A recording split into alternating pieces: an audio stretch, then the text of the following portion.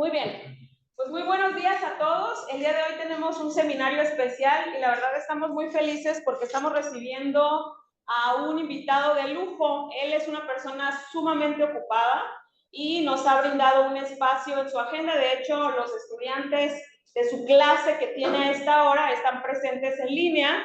Y bueno, les voy a presentar a nuestro ponente. Él es el maestro César Adonai Taylor Maldonado. Tiene una formación muy particular porque él es ingeniero en sistemas computacionales, estudió su carrera aquí en el Tecnológico Nacional de La Paz. Además, es maestro en la misma rama por la Universidad Da Vinci, así como maestro en análisis y visualización de datos masivos por la Universidad Internacional de La Rioja en México. Uno de los cargos más importantes que César ha ocupado, que el maestro César ha tenido, es que fue consejero electoral del Consejo General del Instituto Estatal Electoral de Baja California Sur. Ahí fue presidente de la Comisión Temporal de Seguimiento a los sistemas de resultados electorales desde el 20 al 21, de la Comisión Temporal de Modernización Institucional en el 2022 y de la Comisión Temporal de Seguimiento de los Sistemas Informáticos en el proceso durante el 2022 y 2023.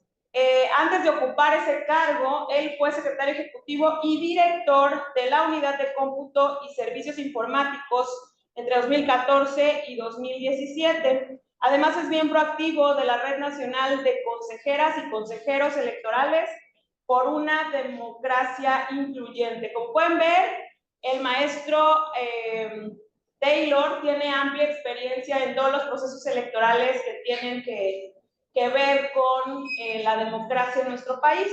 Y bueno, él actualmente es profesor universitario en el Departamento Académico de Sistemas Computacionales en la Universidad Autónoma de Baja California Sur. Ha impartido clases y ahora se desempeña como docente. Tiene muchos diplomados, cursos y seminarios de diversas tecnologías, ética y función pública. El día de hoy tenemos aquí al maestro Taylor para que nos imparta un tema muy particular, un poco diferente a lo que estamos acostumbrados, pero que es de importancia para nosotros como científicos, que además de ser científicos somos ciudadanos, para que estemos bien enterados de cómo es que funciona la tecnología para manejar la democracia en nuestro país. Muchas gracias, César, por estar con nosotros. Un gusto tenerte. Adelante. Muchas gracias, doctora. Muy buenos días a todas las personas que se encuentran presentes en esta sala de seminarios de posgrado del Centro de Investigaciones Biológicas del Noroeste. También saludo a las personas que se encuentran conectadas en la sala virtual mediante la plataforma Zoom. Para mí es un honor estar por acá y un gusto, además, porque cuando realicé mi servicio social durante el estudio de la ingeniería en sistemas computacionales, llevé a cabo mi servicio social aquí, en este centro.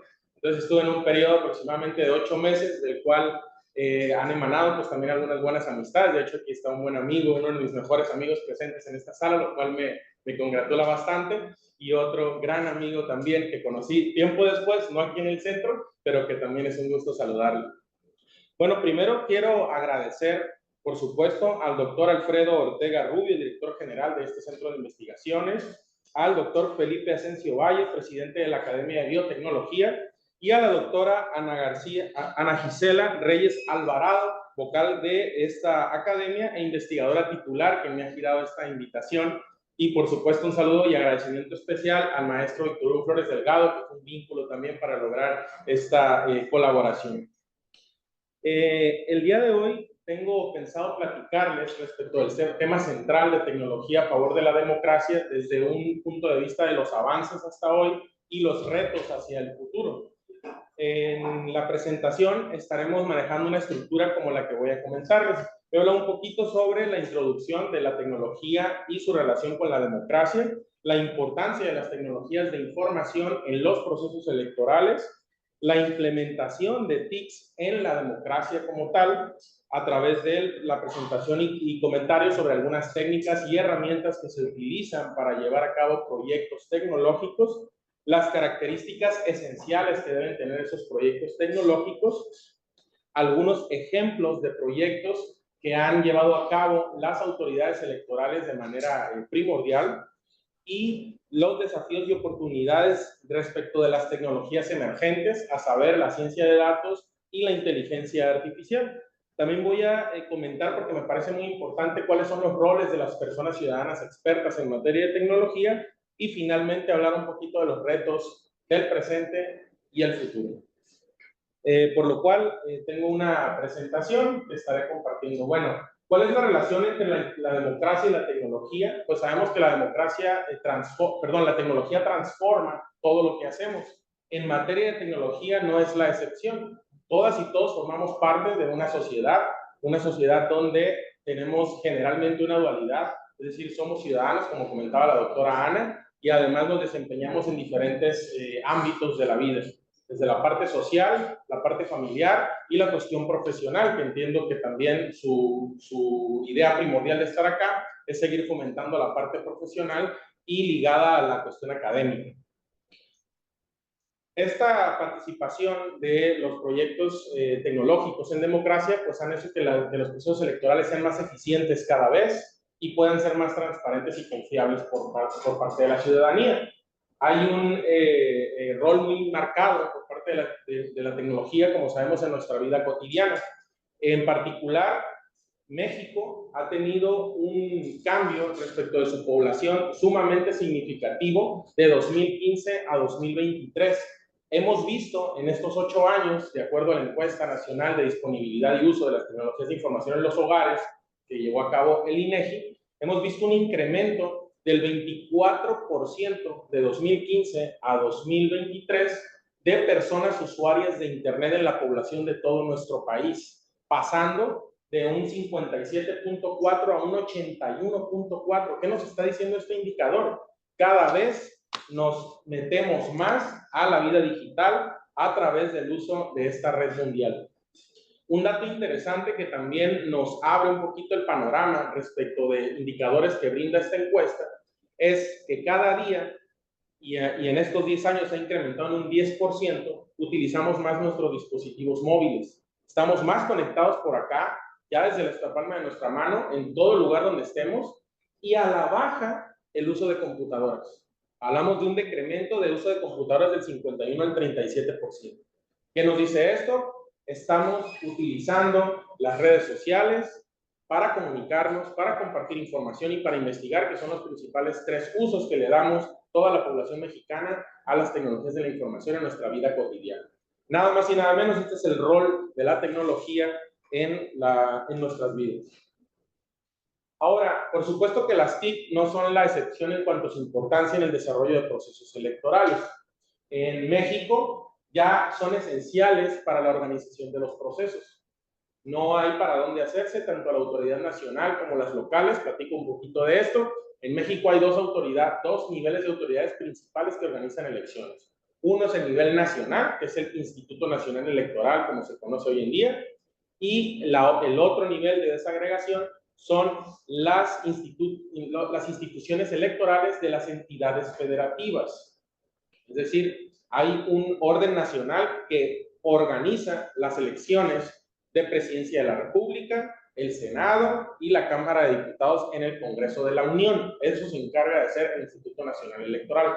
Y por otro lado, tenemos a los organismos públicos locales, que son los institutos de las 32 entidades federativas, que estos se dedican a la organización de elecciones de ayuntamientos, diputaciones de los congresos locales y gubernaturas. ¿Sale? Ahora bien, en la importancia de las TIC, ya hablando particularmente con su relación con estas autoridades, es que son utilizadas para el registro, almacenamiento, padrones electorales, registro de resultados electorales, compartición de información con la ciudadanía, uso de redes sociales, inteligencia artificial en la creación de asistentes virtuales, etcétera, etcétera. Muchísima importancia tiene esta materia. Tenemos avances importantes que hemos visto, como ciudadanos me refiero, desde hace aproximadamente 30 años. El IFE, que fue el antecesor del Instituto Nacional Electoral, nació en el año de 1990. Allá, digamos que comenzó un sistema democrático donde a través de una autoridad autónoma se iban a llevar a cabo las elecciones. ¿A qué me refiero con esto? Porque me parece relevante destacarlo. Antes de 1990, las elecciones las organizaba el propio poder público. A través de la Secretaría de Gobernación se definía una comisión especial para que llevara a cabo la organización de las elecciones y las llevaba a cabo. Pues, ¿qué empezó a suceder? Que la ciudadanía se empezó a inconformar porque no creían en ese sistema, porque en aquel entonces había un sistema de un partido hegemónico. Era un único partido que tenía todo el poder absoluto sobre las decisiones de la vida pública de México. A partir de 1990, que se crea el IFE, se separa ya esta idea que se tiene de que el propio gobierno haga las elecciones, y entonces se conforman consejos ciudadanos por primera vez, se ciudadaniza la autoridad y empieza una etapa distinta en nuestro país. De ahí para acá han sido 30 años de un sistema distinto de participación ciudadana sobre la organización de elecciones, y en estos 30 años las autoridades electorales han implementado un sinfín de proyectos tecnológicos, no solamente las autoridades, sino también la ciudadanía y la sociedad organizada ha colaborado con esto, y todos los actores involucrados, me refiero también a los partidos políticos. Esto un poquito de contexto para poder ir entrando al tema medular de esta presentación. Muy bien. Para implementar tecnologías de información en democracia, tenemos que considerar, dado la naturaleza que acabo de comentar, varias pautas muy estrictas en el diseño, ejecución e implementación de proyectos tecnológicos. Hay una referencia que a mí me gusta bastante, que es la enciclopedia, los principios, perdón, guía de elecciones y tecnología de la ACE Enciclopedia de Red de Conocimientos Electorales. ¿Por qué? Porque aquí plantea, entre unas de las pautas más estrictas y principales para desarrollar proyectos tecnológicos, considerar una visión holística de lo que se está haciendo. Es decir, ver el todo, no solamente ver el componente tecnológico, independientemente cuál sea su tipo o clasificación, sino ver todo alrededor, el impacto que ese proyecto va o puede tener, porque hablamos de una función de Estado de organizar elecciones. También se debe garantizar la privacidad de los datos, por supuesto, y la inclusión para que todas las personas, porque tienen derechos, puedan acceder a estos a través de la tecnología. Hay que evaluar su eficiencia y su sustentabilidad, porque eso no es ajeno a lo que ustedes hacen día con día aquí en la Academia de Biotecnología. Y por supuesto, y muy importante, hay que ser conscientes de que los servicios que se suministran a las personas usuarias son derechos. Así de sencillo. Proyecto tecnológico que se va a implementar tiene que garantizar derechos de ciudadanos, y los derechos están por encima de cualquier cuestión técnica. Hay que garantizarlos. Muy bien. Entonces, hablamos de que estas autoridades, ciudadanía, partidos políticos, sociedad organizada, ha implementado una serie y utilizado una serie de técnicas y herramientas en la elaboración de proyectos tecnológicos. Aquí hablamos de la utilización que va desde el hardware y software que usan, valga la redundancia, los integrantes de todos estos actores y organizaciones mencionadas, hasta los grandes sistemas muy robustos y de gran número de operaciones para gestionar grandes volúmenes de datos utilizando servicios en la nube de Internet, servicios de telecomunicaciones, plataformas web, entre otros. Es decir, es un cúmulo importante de clasificación de tecnologías que utilizan las autoridades, los partidos, la ciudadanía para hacer estos proyectos. Permiten optimizar estos proyectos, que las elecciones sean de mucha calidad y mejorar el acceso a la información. Esta lámina me gusta mucho porque aborda las características esenciales de los proyectos de TI en democracia, y voy a platicar un poquito sobre cada uno. Certeza y precisión. Cuando hablamos de elecciones, la ciudadanía necesita que los resultados, que es la cúspide de la función electoral, que son las elecciones, y quién ganó, se requiere que esos cálculos sean totalmente precisos y certeros. Por lo tanto, debemos de hacer énfasis en que todo proyecto tecnológico debe garantizar la certeza. 2. Calidad de los datos que consumen y o generan. Cuando las autoridades o los partidos toman decisiones para llevar a cabo los procesos que les competen por ley, tienen que consumir datos, generalmente del INEGI o de otras fuentes, ¿Por qué? Porque con base en esos datos es que van a tomar las decisiones que van a tener un impacto sobre la democracia. Entonces, la calidad de las fuentes y orígenes de datos debe ser fundamental. Por otra parte, los datos que generan también deben cuidar la calidad desde su propio diseño. Cuando hablamos de tecnología, hablamos de etapas de diseño donde pasas normalmente por diseñar las bases de datos, ¿no? Y aseguras que la estructura de esos datos sea la que va a garantizar la fiabilidad de que esos datos, que en su nivel más bajo, digamos, de desagregación, que es el dato, que por sí solo es un indicador que no tiene ningún significado, ese dato debe de ir transformándose y desde acá se tiene que ir preparando para que después pueda ser información, luego conocimiento y luego sabiduría, ¿no? Un poquito vamos a hablar de eso al respecto. Una alta disponibilidad. Como les decía, en México venimos de un sistema que nació de la desconfianza. Y hoy en día todo cuestionamos de las autoridades electorales y seguramente han estado participando como ciudadanía en un proceso donde ven que se cuestiona todo lo que hace la autoridad y nadie le cree a veces a las cosas que ahí suceden. No, ahí metieron mano y yo estoy seguro que eso no es. Y bueno, entonces imagínense que un sistema se cae. Pues pasa lo que ya nos pasó, de hecho, en la historia, por allá en los 90s, que se cayó el programa de resultados preliminares y se prendió todo el país diciendo le están arreglando la base de datos y están modificando los resultados electorales. Entonces, ¿qué significa la alta disponibilidad? Siempre debe estar accesible el sistema. Así de sencillo. Y eso se logra, hablando de tecnología, con una serie de mecanismos de redundancia, de cómputo elástico y de otros aspectos ya muy particulares de la arquitectura de cada sistema para garantizar altos niveles de disponibilidad. En lo deseable, más arriba del 99.99. Accesibilidad, inclusión y responsividad. Como les decía, en las pautas estrictas en el diseño de este tipo de proyectos, se requiere tener una visión donde el servicio que voy a brindar a través del proyecto tecnológico puede ser usado por todas las personas en una sociedad incluyente. Es decir, tomando en consideración que personas con alguna discapacidad puedan acceder al propio proyecto. Por eso, estos proyectos son importantes que implementen medidas como accesibilidad web, traducción o más bien interpretación de texto a voz para alguna persona que pueda tener alguna debilidad visual, entre otros aspectos que deben garantizar que los proyectos puedan ser accesibles para todas las personas. Responsividad, pues porque como decíamos en el inicio, está creciendo el uso de dispositivos móviles, por lo tanto, se deben de adaptar también las interfaces para que todo el mundo pueda acceder a la información. Esta es la característica de responsividad. Deben ser transparentes y rastreables. En este punto me refiero a que las operaciones que lleven a cabo los proyectos tecnológicos de manera interna deben de poder ser auditables.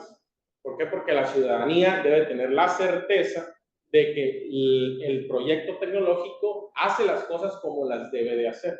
Y además debe de permitir que los datos, en su mayoría, todo lo que es público, esté disponible. Entonces hablamos de transparencia y hablamos de rastreabilidad a través de bitácoras de operaciones internas, de todo lo que sucede dentro del propio proyecto informático. Seguridad y ciberseguridad es muy importante hoy en día.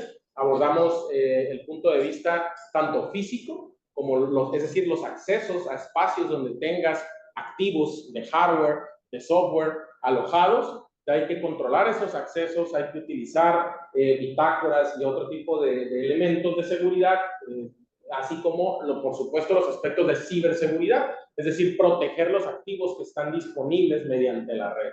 En ciberseguridad hablamos de protección de los sistemas informáticos a través de monitoreo activo y otro tipo de técnicas que más adelantito también platicaremos. Perdón, me faltó una, me parece. Bueno, confiabilidad, garantías de confiabilidad, todo esto y además auditorías informáticas que van a prácticamente garantizar que se puede confiar en el propio sistema. Voy a profundizar más de esto más adelante. Entonces, llegamos a la otra parte de la presentación, que es mencionar algunos ejemplos significativos que se han elaborado en materia de tecnología a favor de la democracia. Uno de los más significativos es el PREP, este programa de resultados que les estaba platicando, y su primera versión fue en 1991, voy a profundizar más en él, y desde 2005 el INE y algunos institutos locales también han introducido proyectos de votación electrónica que han llevado a cabo votaciones, incluso ya vinculantes, es decir, que los votos depositados a través de esos proyectos tecnológicos han contado para una elección. Ese es otro de los proyectos tecnológicos importantes en cuanto al avance en esta materia. Por otro lado, tenemos uno que yo creo que todos los que estamos aquí y todas las personas que estamos acá y las que están en la sala virtual están familiarizadas con él. Es la credencial para votar. Pero no significa que la credencial impresa sea el elemento tecnológico, que sí lo es desde un punto de vista del concepto amplio de tecnología, pero más es en el marco o en el contexto de este tema, yo lo vería más como imaginar el tamaño y toda la tecnología que implica almacenar el padrón de electores de todo el Estado mexicano. Porque hoy en día, como saben, hablamos de datos biométricos, como huellas dactilares, como reconocimiento facial, o más bien datos faciales que después pueden ayudarnos a hacer reconocimiento, y información de seguridad que debe estar sumamente protegida. Ahí hablamos de ya proyectos de Big Data, porque hablamos de que un proyecto de esta naturaleza cuenta con las 4 V's de la Big Data, que es volumen, variedad, veracidad, y no me acuerdo cuál es la otra. Entonces, este es un ejemplo de un proyecto que es un avance importante en materia de tecnología y que hoy en día la Comisión Nacional Bancaria y de Valores, los bancos, partidos políticos, colegios de profesionistas y otras organizaciones consumen a través de Internet un servicio que brinda la Autoridad Nacional para la verificación de datos. Seguramente han ido a un banco en el tiempo reciente a retirar recursos y les piden que pongan sus huellas. Bueno, esa base de datos a donde va a verificar que esa huella realmente sea la de ustedes es a la base de datos del INE. Es una verificación que se hace vía conectividad segura a través de VPNs, por supuesto, protegiendo todos los canales para que viajen seguros nuestros datos. Y desde ahí, el INE ha atendido a muchísimas instituciones a través de este servicio. Entonces, para mí es uno de los proyectos clave y más importantes respecto de los avances de tecnología en materia de democracia.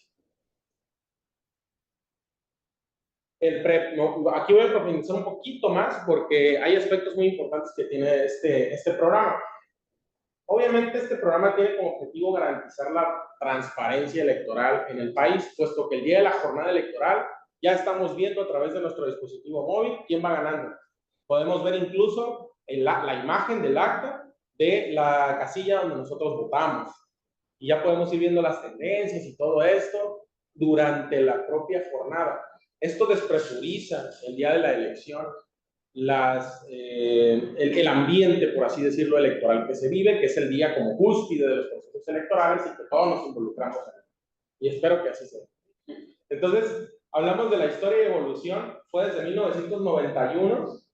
Ha evolucionado, por supuesto, a la par de la tecnología, implementando, antes eran llamadas telefónicas, y veían el acta y se comunicaba la persona y empezaba a mandar datos y los empezaban a capturar en algunas hojas de cálculo. Es decir, era rudimentario en sus inicios.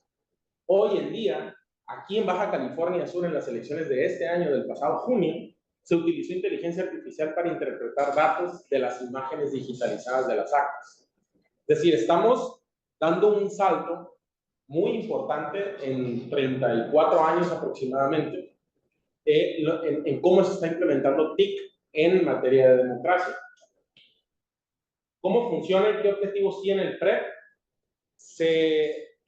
Recuerden que en las casillas se llenan las actas donde aparecen cuántos votos ahí por cada partido político y todos firman y todo el mundo feliz y es una así grandota, doble carta, un formato enorme ahí que llena la ciudadanía y a veces están ahí hasta las 12 de la noche con las presiones de los partidos y todo. A lo mejor les ha tocado a alguno de ustedes estar de funcionarios y funcionarios de casilla, representante de partido o alguna otra función.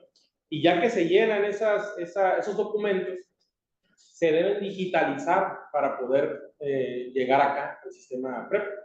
En anteriores procesos electorales, eso viajaba en un paquete electoral de manera física y llegaba a algún punto, a algún consejo ciudadano, y ahí se sacaba el acta y se mandaba un escáner y de ahí ya se mandaba al centro de captura del PREP. Hoy en día, a través del dispositivo móvil que tienen los capacitadores asistentes electorales, En la casilla toma una fotografía mediante un aplicativo seguro, que está conectado igual con una red segura, está protegido en materia de ciberseguridad, está empaquetado, control de usuario, solamente se puede acceder desde esos dispositivos a esa red y una serie de candados para garantizar la privacidad y la confiabilidad de los datos. Entonces se toma la fotografía y se manda. En segundos ya se está capturando allá en un centro de captura y verificación. Después de capturarse, después de 2 capturas que coinciden, se manda a publicar. Ya se genera la base de datos, se guardan los datos y se publica la foto, la imagen del acta para que la ciudadanía veamos que sí es cierto que los datos corresponden a lo que llenaron los funcionarios de casilla.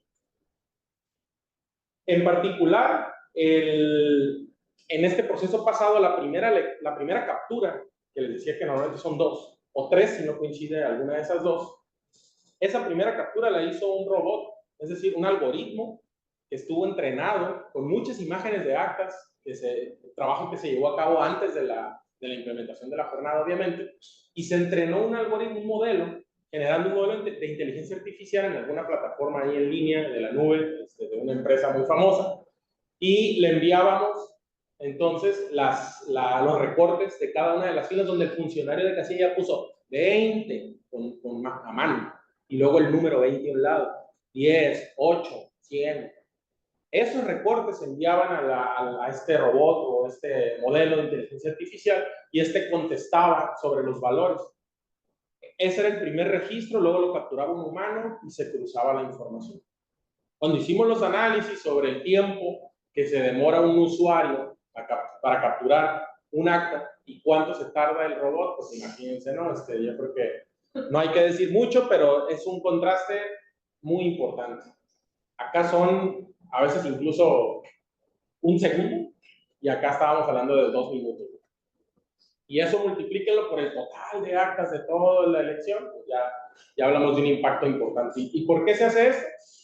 Pues porque se tiene que pensar en la eficiencia operativa y la ciudadanía debe tener los resultados cuanto antes. Así funciona el PREP y esto está disponible, por supuesto, en un sitio web donde todos lo consultamos, ya sea con un móvil, ya sea en un equipo de cómputo y que siempre debe estar disponible. Entonces ahí ya imaginarán infraestructura tecnológica, en la nube, ciberseguridad, protección en el cifrado de los datos, monitoreo activo del sistema por si hay ataques que ya han pasado en la historia y suceden casi cada proceso electoral. De repente hay ataques de denegación de servicio, donde a través de bots en internet tratan de tumbar el sitio. ¿Para qué? Porque quizá el que no está viendo resultados tendentes a su triunfo, pues prefiera generar una situación de desconfianza para luego poner la duda, la semilla de la duda en la mesa. Entonces aquí se combina la parte tecnológica con la parte social, antropológica, política. Entonces ese es el tema acá con el PREP en particular. Obviamente pues es importante para darle transparencia y confianza pública a las elecciones. Por otro lado, eso hablando de resultados preliminares, porque además esos resultados no tienen un valor al final, nada más son informativos. Luego se llevan a cabo los conteos oficiales. Pero ese es otro tema y para eso hay otro sistema que obviamente también es muy robusto y que implementa tanto el PREP como el sistema de cómputos, auditorías informáticas para garantizar su fiabilidad.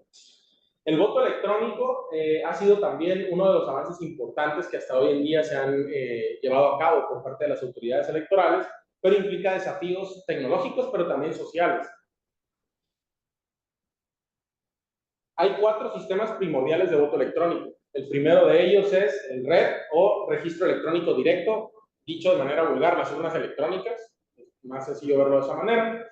El reconocimiento óptico de marcas, impresoras de papeletas electrónicas y sistemas de votación en línea. Aquí en México, el 1 y el 4 son los tipos de sistemas de voto electrónico que hemos implementado, tanto autoridades locales como autoridades nacionales. Cada uno pues, utiliza diferentes tecnologías para la emisión y el conteo de votos, asegurando seguridad y confiabilidad, por supuesto. En México, ¿cuál es la experiencia?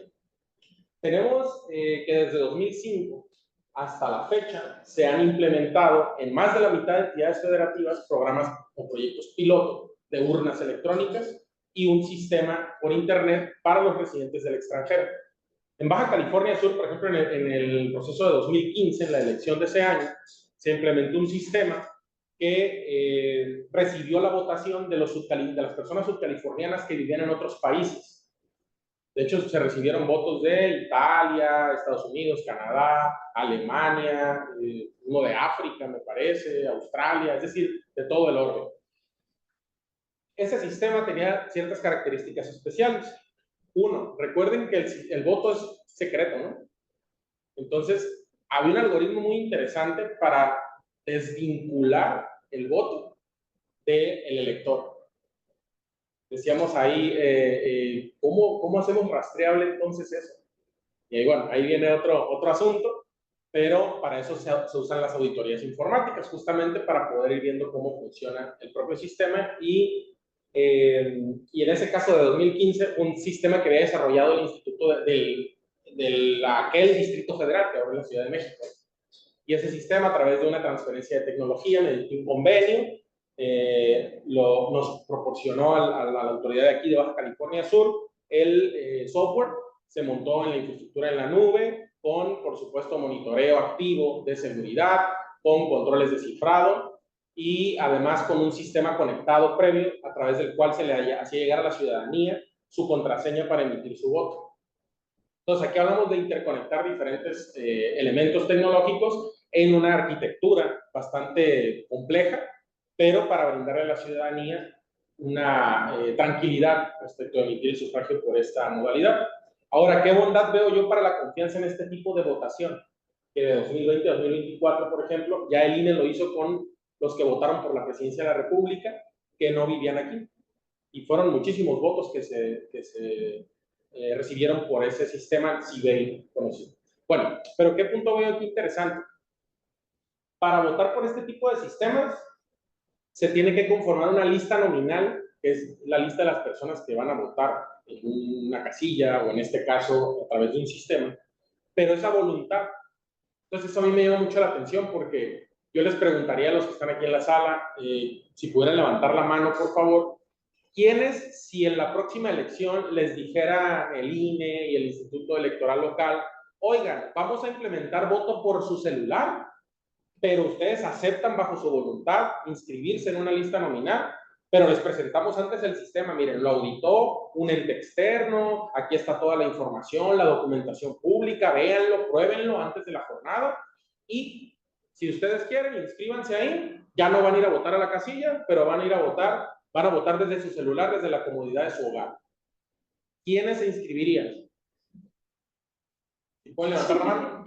Bueno, gracias, para los que estén en la sala virtual, es la gran mayoría de este recinto, de todas las personas que están en este recinto, que se inscribirían. Entonces, esa es una parte que a mí me gusta bastante, porque les digo a quien me cuestiona, es que los sistemas son modificables. Sí, son modificables, pero para eso hay controles también. La informática y las tecnologías, el desarrollo del software, es una ciencia exacta. Y en esa ciencia hay muchísimos mecanismos para garantizar que todo sea conforme se tiene que hacer. Por ejemplo, cuando un sistema ya es auditado y se genera la versión que se va a usar ya para la votación, en ese momento se obtiene un hash, un código que nos dice, conforme a todos los archivos de ese sistema, el día de que ya está listo, nos da un número con el cual nosotros antes de ejecutar vamos a sacar otra vez y lo vamos a contrastar para decirle a la ciudadanía, sí, miren, dio el hash, es la misma versión que ya todo el mundo vio que se auditó. ¿Y todo el mundo a qué me refiero? La propia ciudadanía, los partidos políticos y comités técnicos asesores, que ahorita voy a hablar de eso, que ya todo el mundo validó, y los entes auditores además. Es decir, organizaciones que van a decir, a ver, instituto, autoridad, dame el sistema, lo voy a tratar de romper, de quebrar, voy a revisar todos sus componentes y te voy a hacer recomendaciones, y entonces tú las vas a tener que ajustar para que el sistema tenga el nivel de calidad que la ciudadanía necesita, porque son derechos de lo que hablamos, ¿vale? Entonces, así está este tema de lo que es la experiencia en votación, y que a mí en particular me gusta más el modelo 4, que son los sistemas de votación por internet, y creo que vamos para allá, aunque hay un esfuerzo importante también en el tipo 1, que son las urnas electrónicas, porque además creo que tenemos que pensar en un modelo híbrido para garantizar que todo el mundo pueda votar. Que hablamos que nuestro país es sumamente diverso, e incluye muchísima zona rural, cuestiones de disponibilidad de internet, que hoy en día, bueno, ya tenemos enlaces satelitales que permiten también tener conectividad en prácticamente todo punto, pero bueno, ese es otro tema. O hay gente que simplemente no quiere. Entonces, creo que tenemos que ir transitando en un modelo híbrido y hablar de sistemas de votación por internet y de sistemas de red o urnas electrónicas, y el modelo convencional, y la suma de todo eso sean las próximas elecciones. Pero eso ya es competencia de las autoridades y voluntad de los legisladores, tanto a nivel local y, por supuesto, y donde debe empezar todo, a nivel federal. Entonces, bueno, esos fueron algunos de los proyectos que, en mi punto de vista, son de los más relevantes, que han tenido un impacto más significativo sobre los avances de la tecnología en favor o a favor de la democracia. ¿Qué desafíos y oportunidades tenemos conforme a las tecnologías emergentes hacia el futuro, presente y futuro ya? Hablamos de la ciencia de datos y la inteligencia artificial como áreas de oportunidad, por supuesto, nuevas disciplinas que vienen a ayudarnos bastante en la optimización de procesos y, sobre todo, en encontrar conocimiento de los datos a través de análisis estadísticos y de modelos de inteligencia artificial para la toma de decisiones.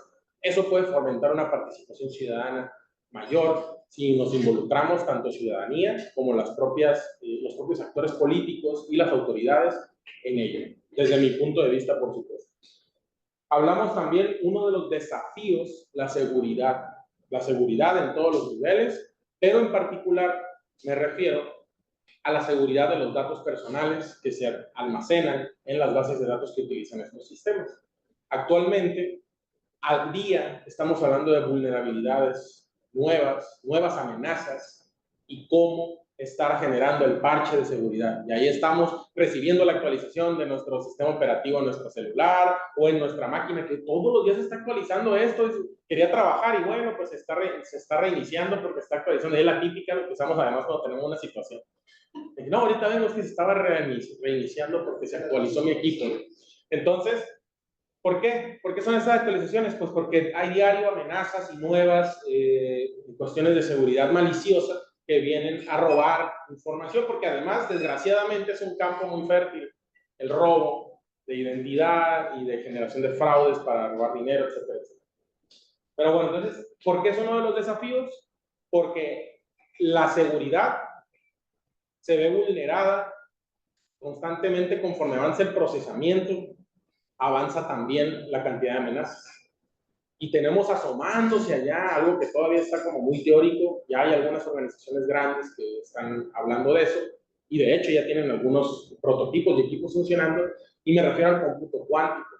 Cuando el cómputo cuántico, que es otro modelo de computación distinto al cómputo binario, que es lo que hoy utilizamos en todos estos sistemas a los que he hecho referencia, al menos el día de hoy, hablamos de que la capacidad de procesamiento es enorme. Entonces, cuando eso se despliegue y se desarrolle, una de las cuestiones de más miedo que tenemos los informáticos es el romper las brechas de seguridad. Ese es otro tema y tampoco vamos a profundizar acá al respecto. Entonces, a lo que voy.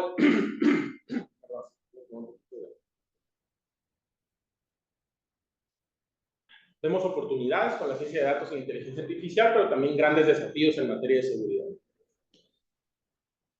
Creo que la ciencia de datos va a tener un impacto en la participación ciudadana, porque a través de este análisis podemos transformar la forma en que se mide y se promueve en los procesos electorales. ¿Por qué? Porque con este tipo de herramientas podemos llegar a clasificar muchas cosas.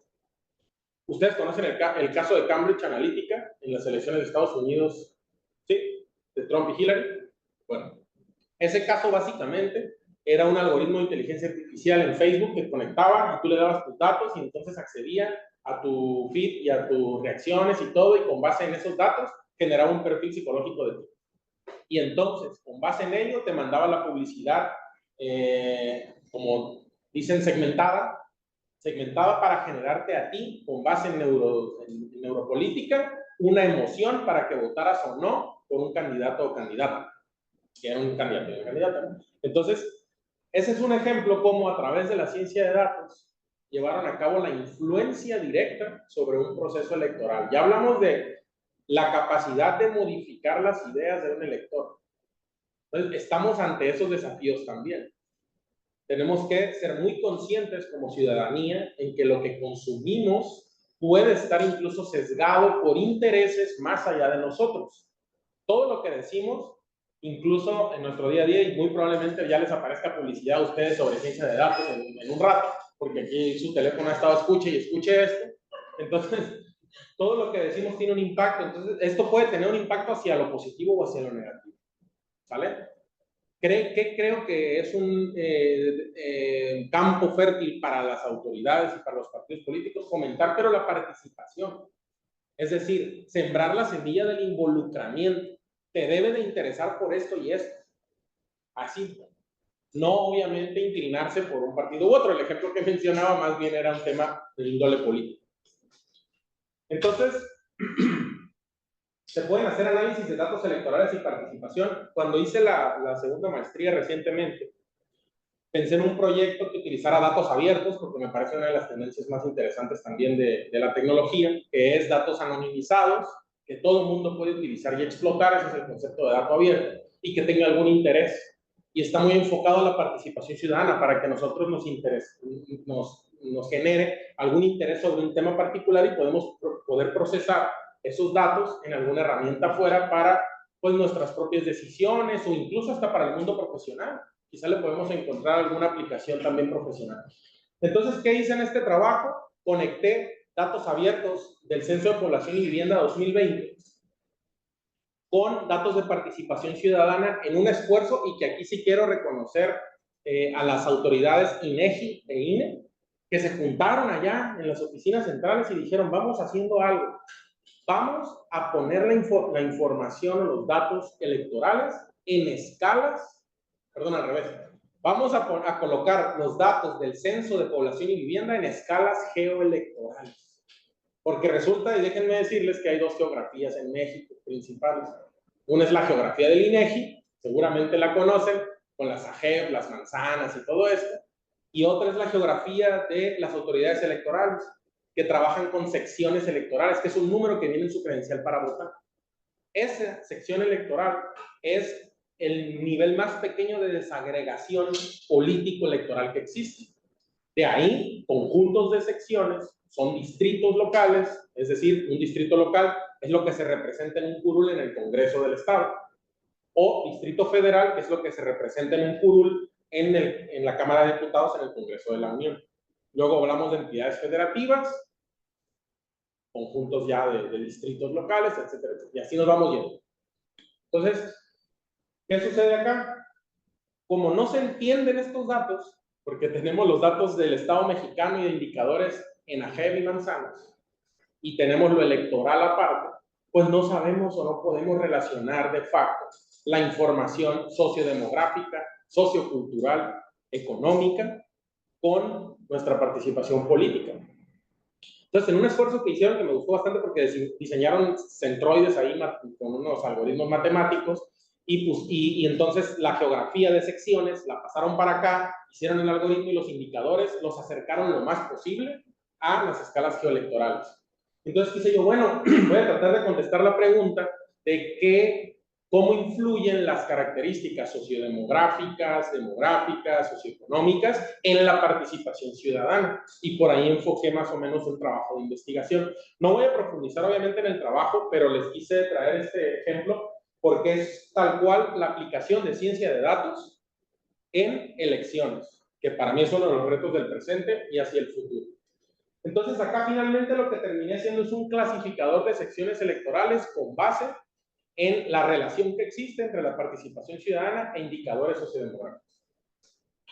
Bien, es un ejemplo de lo que se puede lograr, y aquí vemos una imagen de un mapa.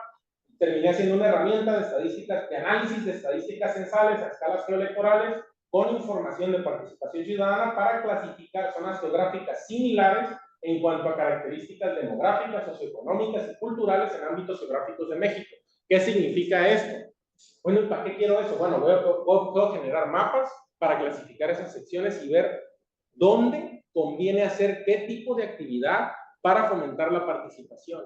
¿Qué relación existe entre la disponibilidad de bienes y servicios, entre la disponibilidad de tecnología, por supuesto, Y cuando ya te empiezas a procesar por zonas, por distrito local esta información, te encuentras cosas bien interesantes. Por ejemplo, en la segunda diapositiva mencionaba el crecimiento del uso de Internet. Cuando haces este trabajo, ves, pues sí, qué chido, ¿no? La media, pudiéramos decir, o el total nacional es 82. Pero haces este trabajo de desagregación y de análisis y te das cuenta que en el distrito 3 es 40%. Quiere decir que de acuerdo, obviamente, a la zona geográfica, tienes que implementar acciones diversas. Entonces, este tipo de análisis te permite segmentar y llegar a la ciudadanía de la manera más adecuada. Y hoy en día los proyectos de Big Data relacionados con la ciencia de datos y explotados mediante algoritmos de inteligencia artificial te permiten recolectar a través de las APIs, de las redes sociales principales como X, como Facebook, como pues Instagram, entre otras, te permiten recolectar datos y poder conocer poblaciones y hacer cosas con ellos. Entonces, por ahí va la idea esta de la ciencia de datos a favor de la democracia en el presente y hacia el futuro, por supuesto.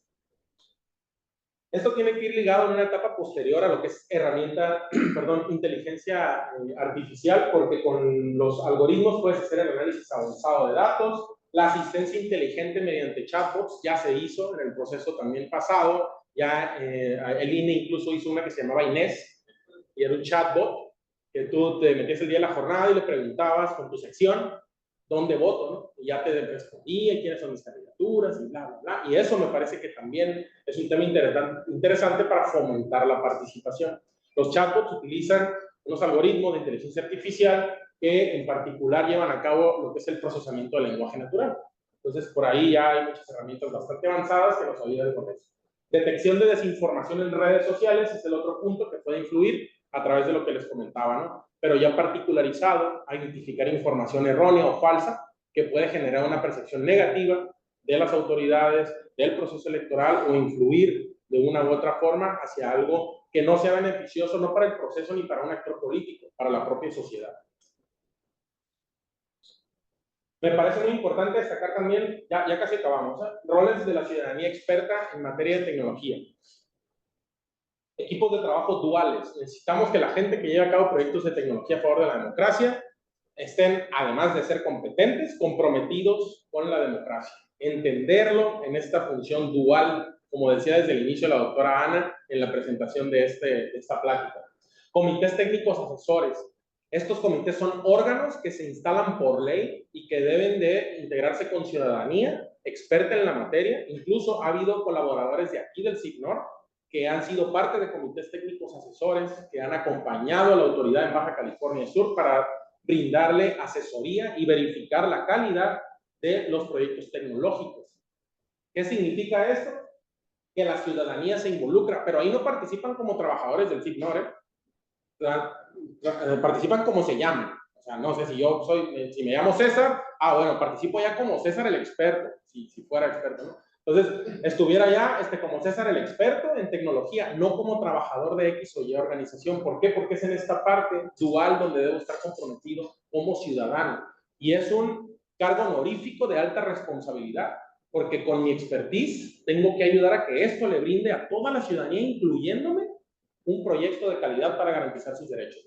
Los comités asesores son de 3 a 5 personas expertas que se integran en cada proceso electoral para ir verificando sistemas tan importantes como los de resultados preliminares y los de resultados oficiales de las elecciones.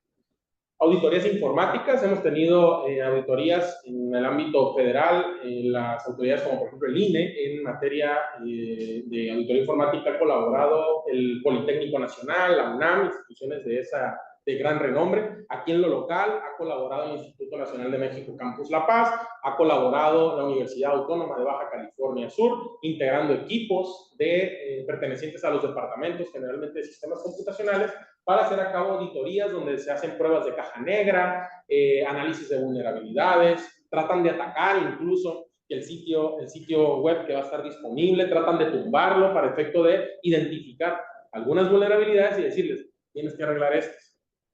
Van a recorrer donde hay hardware, verifican protección, llaves en gabinetes de telecomunicaciones, de todo. Ahora sí que es un ojo clínico de expertos ciudadanos para poder garantizar, bueno, aquí no son ciudadanos, perdón, esta es la auditoría, Este es un servicio que se tiene que adquirir, contratar, y entonces ya puede salir el auditor. Miren, yo audité y entrego el informe final, y todo eso es público. Todo eso lo podemos ver la ciudadanía. Imaginen que un sistema, porque ha pasado en el país, que no pasan auditorías. ¿Y qué sucede? Que no se puede usar. Pero ese es otro tema donde no vamos a profundizar, pero para ver cómo estos mecanismos garantizan la confianza en los proyectos. Responsabilidad sobre la difusión, creo que también es algo importante en esta dualidad ciudadana-experta, porque son los responsables de explicar a la ciudadanía que sí se puede confiar en la tecnología a favor de la democracia. Por esa simple y sencilla razón. Algunos retos para el presente y el futuro, pues implementar políticas de datos abiertos, proteger la información de la ciudadanía, tener formación del uso de tecnologías electorales a la ciudadanía para aumentar la participación activa, analizar datos para entender contextos y atenderlos de manera particular a nivel sección electoral, distrito local, federal, circunscripción, entidad, país, realizar diagnósticos periódicos de los activos tecnológicos e investigaciones sobre tecnologías emergentes para brindar a la sociedad servicios actualizados y de calidad. Esto va súper rápido, entonces no es excepción la materia democrática, mucho menos donde están ustedes, biotecnología, entiendo. Entonces hay que hacer diagnósticos muy periódicamente, definir una cultura organizacional de datos. A veces no existe esa cultura de datos y no sabemos la importancia en el diseño, en el registro, en la captura del dato más sencillo, que a veces hasta flojera nos da cuando estamos llenando un formulario, y ay, le pongo mayúsculas, minúsculas, y a veces me equivoco y pongo una letra de más y no me interesa. Bueno, una cultura de datos es cuidar todas y todos que desde la captura y el registro todo vaya lo mejor posible, porque eso va a tener un fin más allá, que puede ser el que les decía, datos para generar información, para generar conocimiento y para generar sabiduría después del análisis en todas las etapas y capas que se hacen. Participación proactiva de la ciudadanía en Internet, pero aquí muy importante, y estamos todas las personas aquí presentes y en la sala virtual involucrados, para fomentar el uso responsable de redes sociales en la compartición de información veraz, verificando fuentes confiables para evitar la desinformación y la propagación de noticias falsas. A veces me pasa que mi papá me manda, oye, mira lo que está pasando. Oye, no es cierto eso. No es cierto, mira, aquí está la fuente oficial. Ah, ok, no, pues gracias. Y le digo, ponte vivo, pues porque ahorita mucha información falsa es la que anda transitando a través de nuestros celulares. Incluso ahora con el gran avance de la IA generativa, vemos videos, escuchamos audios que según es no sé qué candidato, incluso en los procesos electorales, y dice él que no es o ella. No, se pone bueno, y ese es uno de los retos también importantes hacia el futuro, pero todas las personas estamos involucradas ahí. Entonces, pues yo les agradezco mucho su atención, estoy a sus órdenes y atento si hay alguna duda, comentario. Muchísimas gracias por la ponencia.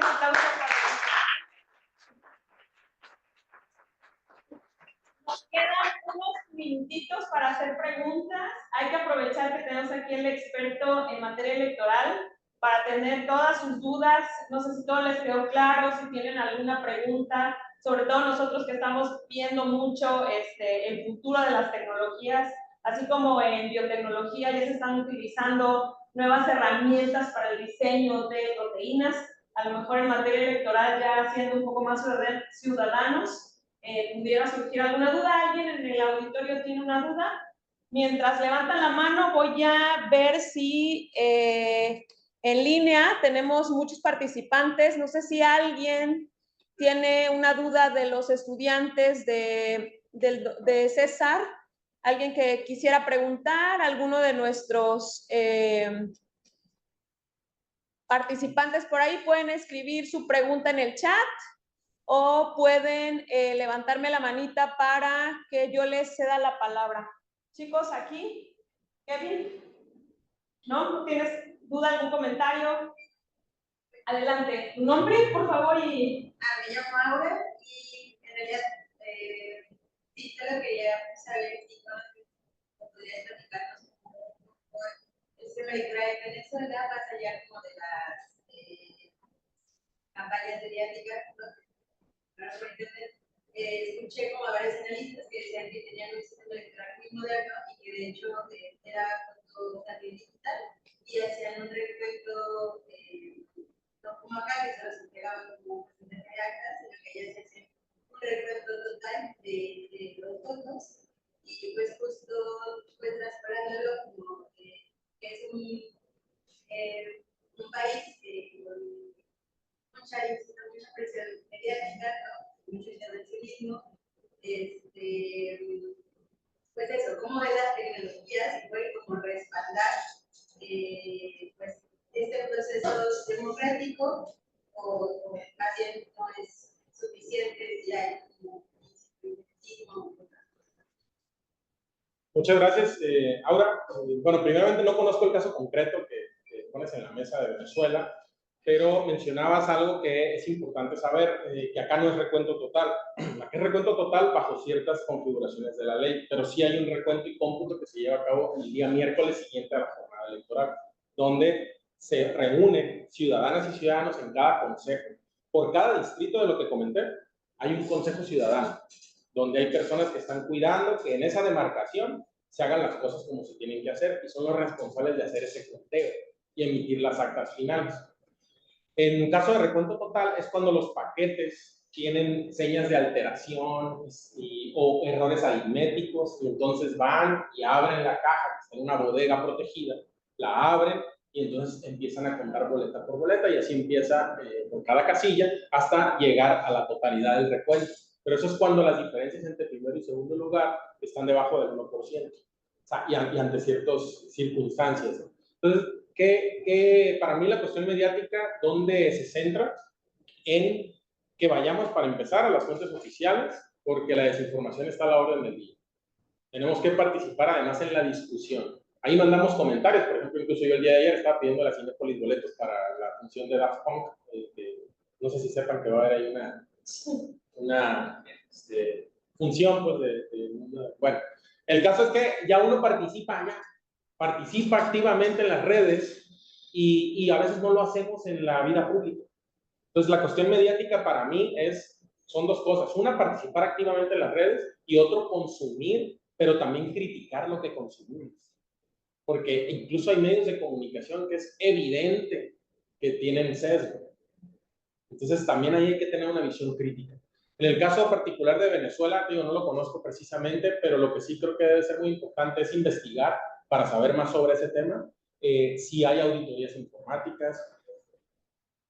Ah, perdón. Ah, que sí, que según yo sí hay. Sí hay, ok. Como el sistema permite auditorías Está muy bien, de hecho lo voy a investigar, me llevo esa tarea y hay que ver si las auditorías son por parte del gobierno, por entes o autoridades o instituciones académicas del país o por entes internacionales. Porque también es así. El CIBEI, que les platiqué hace un rato, que implementó el INE para el voto extranjero, fue auditado por un ente internacional también, además de la UNAM. Entonces, esos aspectos son los que ya nos pueden dar más luz respecto de la confiabilidad que puede tener ese sistema en el caso de Venezuela. Muy bien, muchas gracias por la pregunta, por la respuesta. ¿Ya tienen preguntas? ¿Tienen alguna pregunta, chicas? ¿No? ¿Isma? No, realmente no tengo ninguna pregunta, pero me gustó mucho la plática, se me hizo muy interesante. Muchas gracias. Sí. ¿Alguien más tiene alguna duda? Adelante. Por ejemplo, en el caso de las auditorías tecnológicas, o en sí en las auditorías en general, ¿cómo garantizas que sean efectivas, confiables, o que no sean corrompibles, digamos, sin o sea, de parte del gobierno, o universidades, o a veces hasta empresas? ¿Cómo tú evitas esa manipulación de la auditoría que se pueda encontrar? ¿Cómo se puede garantizar eso? Ok, bueno, en el caso particular de lo que me ha tocado ver desde la experiencia, es primero lanzas una licitación del servicio. Después, en el proceso de licitación hay una serie de etapas que son estrictas para poder garantizar que el servicio que te otorga la empresa o la institución, que preferentemente son instituciones académicas, cumpla con lo requerido. Y obviamente dentro de los requisitos y los anexos técnicos de estas auditorías van precisamente todo lo que tiene que ver con los acuerdos de confidencialidad, de confianza, de que la información que se vierta en los informes de la auditoría, ya sea los periódicos o el informe final, sea veraz. Eso es por un lado. Por otro lado, creo que la academia es un lugar donde tenemos espacio para todas las ideas y hay un compromiso de las personas que integran la academia en generar conocimiento más allá de intereses particulares. Entonces, hablamos de que está el principio de la ética por parte de los integrantes de los equipos auditores y en esta dualidad de profesores investigadores, por ejemplo, que forman parte de algún departamento de cierta institución académica, y con una piedra angular que es la transparencia. Todo lo que se va haciendo en la auditoría es transparente para las autoridades, para los partidos políticos y para la ciudadanía. Los informes donde se verifica toda la información se cargan y se publican en internet, y además hay procesos de acompañamiento donde también se les invita a las personas involucradas en la toma de decisiones a que vayan con el auditor a ver y a inspeccionar elementos. Hay reuniones de trabajo y toda esta información es la que genera al final un repositorio que da esa garantía documental y además se prueba al momento de ya, al momento, antes del momento de ser ejecutado, se prueba a través de simulacros. Por ejemplo, en el caso de PREP, se hacen 3 simulacros previos a la jornada electoral y en esos simulacros también hay acompañamiento y se verifica toda la información. Y hay algo muy importante, toda la información ahí vertida es transparente, puede ser verificada.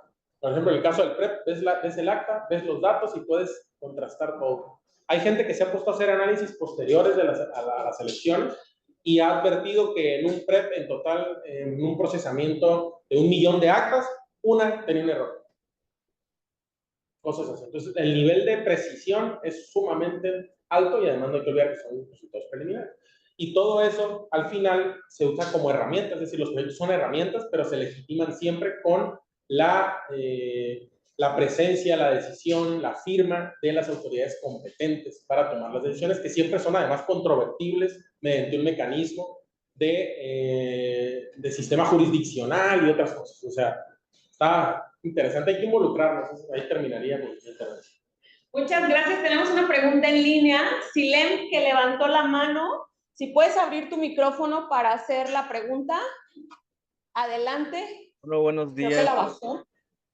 No. Ya la bajó, ¿verdad? No, está. Bueno.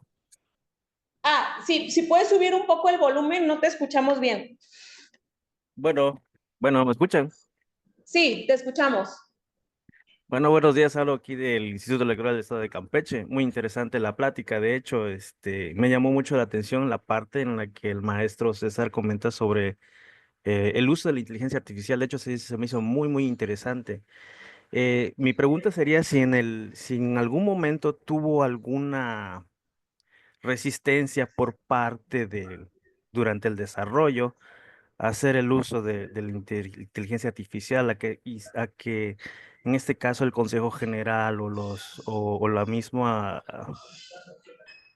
o el desarrollo tuvieran ese problema para adoptar de manera positiva el uso.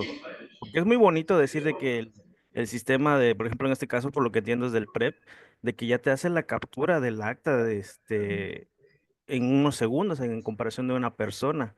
Pero si esa parte, como vivimos en un país que estábamos muy acostumbrados a la desconfianza, si esa parte no tuvo ese proceso de resistencia a la tecnología en este caso.